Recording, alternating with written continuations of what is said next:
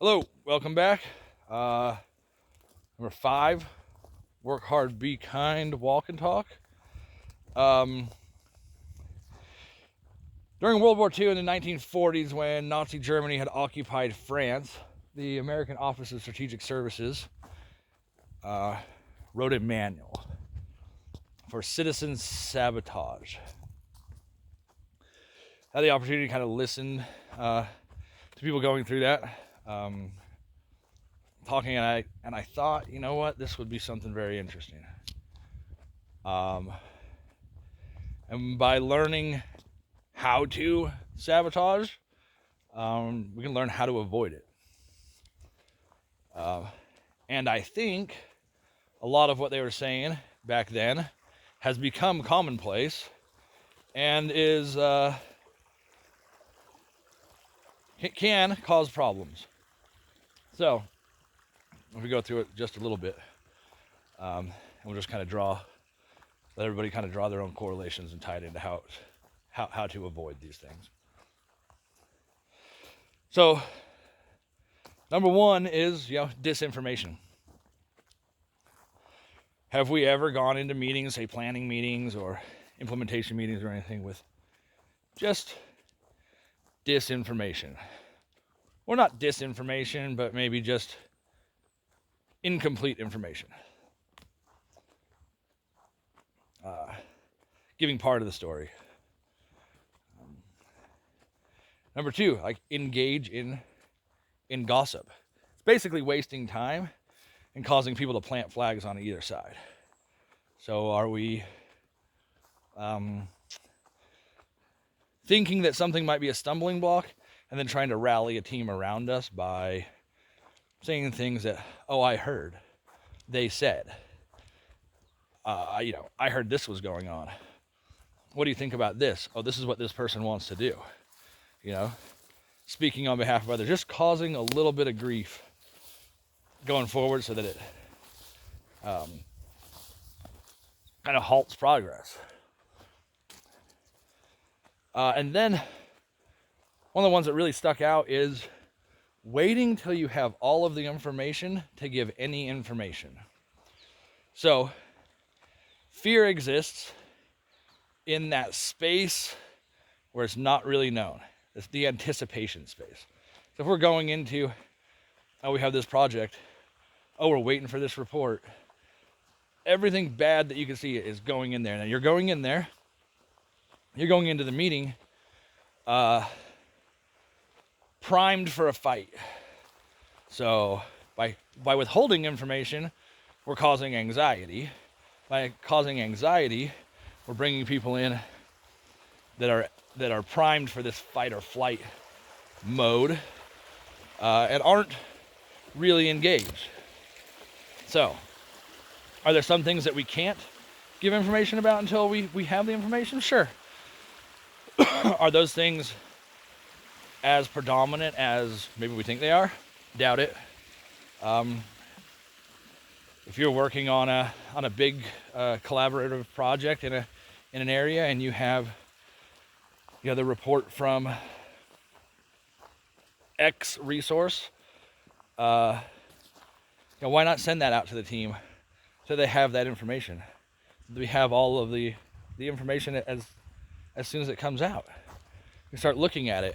You can start having the conversations before the meeting when everybody's already going to be anxious because they don't know what's going on.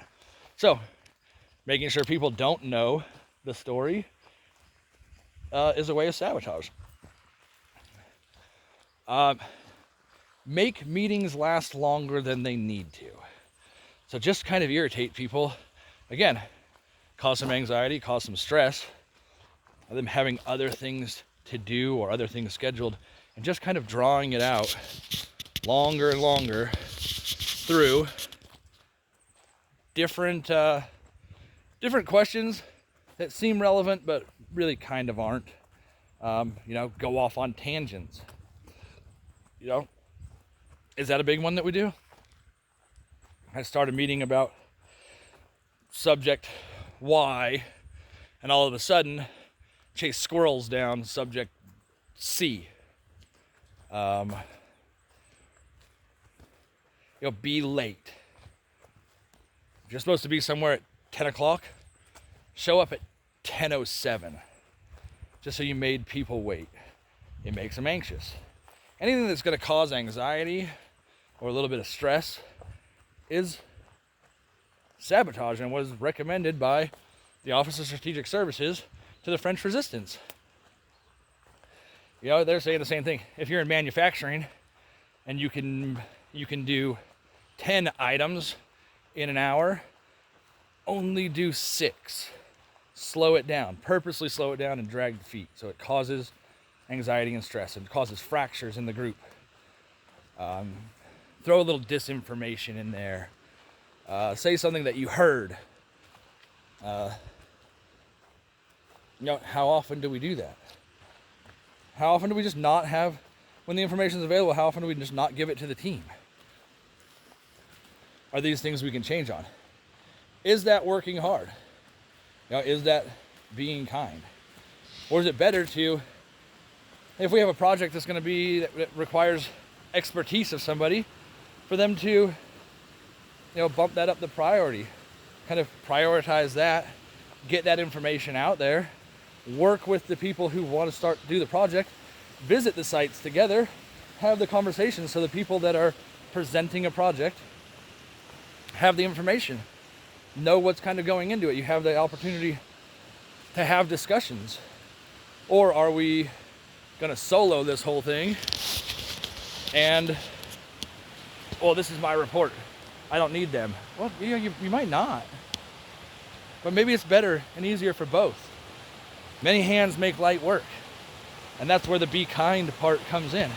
Be understanding that as passionate and as in love with your process and your resource or your module or your responsibility as you are, everybody else in that room has equal passion, love, care, respect for theirs. And instead of going into working as a team to where we are really able to work together and understand the differences or the concerns, are we just causing a problem by splitting it up, by assuming? And if we assume that we understand the entirety of the project or the entirety of what's supposed to be happening, we probably only know about 30% in all actuality. You think it's a 50-50, you either know or you don't. It's either right or wrong, but in actuality it's probably about 30%. You probably have 30% of the information because things are briefed. They're given briefly. So with that, kind of keep those things in mind. Work with a team. Try to foster an environment of being a team, of working together. When you have to go in the field to do a report or something, or look at something, invite the person who's proposing the project to go with you. Schedule that so when you're on the ground, as soon as a question arises, you can talk about that question. And prioritize others' projects as if you were the one presenting the project. So do unto others as you would want done unto you. Go out, continue to work hard, foster good relationships, genuinely care about people, and just be kind. Until next time, thank you.